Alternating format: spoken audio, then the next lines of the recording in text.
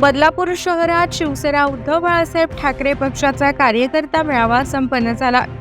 जिल्हा महिला संपर्क प्रमुख आशाताई रसाळ यांच्यासह उपजिल्हा प्रमुख सुरेश घावट, शहर प्रमुख किशोर पाटील यांच्या उपस्थितीत हा मेळावा पार पडला।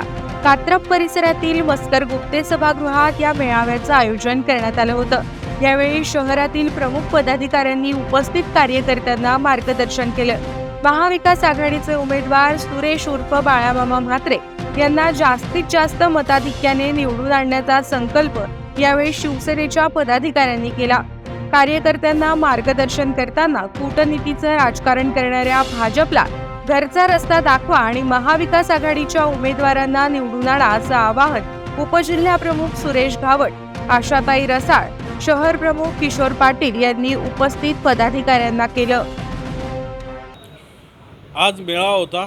आज निवडणुकीचं बिगुल वाजल्यानंतर पहिल्यांदा आम्ही सगळे एकत्र आलो आहे आणि आज जो उत्साह होता कार्यकर्त्यांचा तो बघून मी आनंदित झालो आहे।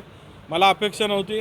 400 ते 500 कार्यकर्ते इथे शहराचे होते, तसेच ग्रामीणचेही देखील कार्यकर्ते आले होते आणि त्यांचा उत्साह पाहून मलाही उत्साह वाढला आणि आज मी माझ्या वतीनं सर्व कार्यकर्त्यांना मी सूचना केलेल्या आहेत।